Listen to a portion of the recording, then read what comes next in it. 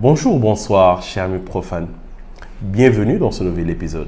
C'est toujours votre estimé serviteur, Fagnan Senghor.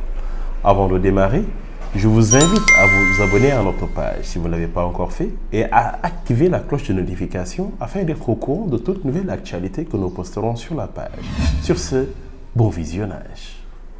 L'épisode d'aujourd'hui aura pour but de vous décortiquer la multitude de choix qui se proposent à la création d'une société. Nous avons d'une part ce qu'on appelle les sociétés de droit commun et d'autre part ce qu'on appelle les sociétés de droit OHADA. Et aujourd'hui, nous allons voir les sociétés de droit qui existent par rapport au droit commun, c'est-à-dire les sociétés qui sont régies par le Code des obligations civiles et commerciales. Et lors du prochain épisode à venir, nous allons vous décortiquer la typologie de sociétés qui existent en droit OHADA.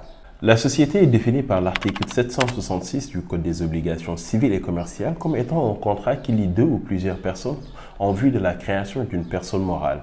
Ils mettent en commun leurs apports pour les exploiter afin d'en tirer les bénéfices ou bien d'en partager les pertes. Cela veut dire que la société est un contrat par lequel deux ou plusieurs personnes mettent en commun leurs biens afin de pouvoir tirer des bénéfices ou bien partager des pertes par rapport à la création de cette société-là. L'exemple par excellence d'une société de droit commun est la société civile professionnelle qui est prévue par l'article 810-1 qui dispose qu'il est constitué entre plusieurs personnes physiques exerçant une profession libérale ou bien exploitant un office ministériel ou public. C'est-à-dire que la société civile professionnelle a pour but d'exercer l'activité professionnelle de ses créateurs.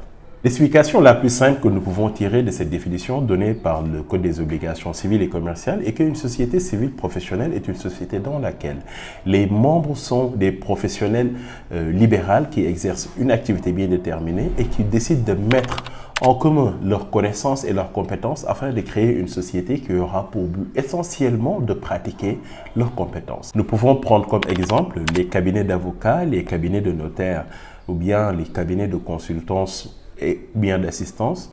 Cependant, le point 2 de l'article 810 dispose qu'on ne peut être associé que dans une seule société civile professionnelle et l'on y exerce sa profession à titre individuel. Cela veut dire qu'une personne ne peut être membre associé que dans une seule société civile professionnelle et cette profession, elle l'exerce elle et elle seule uniquement. Elle ne peut pas déléguer cette fonction ni la léguer à quelqu'un d'autre. Une fois créée, la durée de vie d'une société civile ne peut dépasser 99 ans. La société civile professionnelle, bien étant liée à la qualité personnelle de ses membres, cependant est une personne morale à part entière. Sauf disposition contraire des statuts, lorsqu'il arrive qu'un associé décède ou bien s'il est frappé d'une incapacité ou bien d'une interdiction, cela n'affecte en rien la continuité de la société civile professionnelle. Ainsi donc, la seule condition de dissolution de plein droit d'une société civile professionnelle est lorsqu'il subsiste un seul associé. Contrairement à une société de droit OHADA, lorsqu'un associé meurt dans une société civile professionnelle, ses héritiers n'héritent pas de la qualité d'associé et n'exercent aucun droit par rapport au fonctionnement de l'entreprise. Cependant, ils conservent toujours la qualité de partage des biens. C'est-à-dire qu'ils n'ont pas la qualité d'associé par rapport à la société civile professionnelle, mais cependant, ils conservent toujours la capacité de partager les bénéfices qu'on va tirer de l'exploitation de la société civile professionnelle.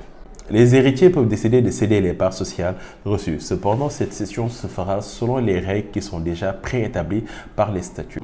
Si la société civile professionnelle s'oppose à la transmission ou bien à la cession de ses parts sociales, elle aura un délai de 6 mois à partir de son refus par rapport à une obligation de rachat de ses parts sociales.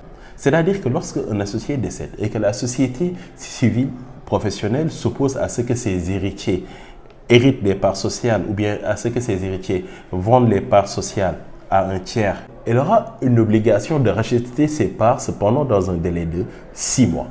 In fine, c'est ce qu'il y avait d'essentiel à savoir par rapport aux sociétés de droit commun. Dans notre épisode à venir, nous vous présenterons et vous décortiquerons les différentes typologies de sociétés qui existent en droit OHADA. Et c'est sur ce que nous allons clôturer notre épisode d'aujourd'hui. Nous espérons, comme d'habitude, que cela vous a été bénéfique et vous a plu également. N'hésitez pas à aimer la vidéo et à nous faire part de vos réactions en commentaire. N'hésitez pas également à partager la vidéo à vos amis passionnés. Je vous donne donc rendez-vous à très bientôt. D'ici là, portez-vous bien et profitez des vôtres.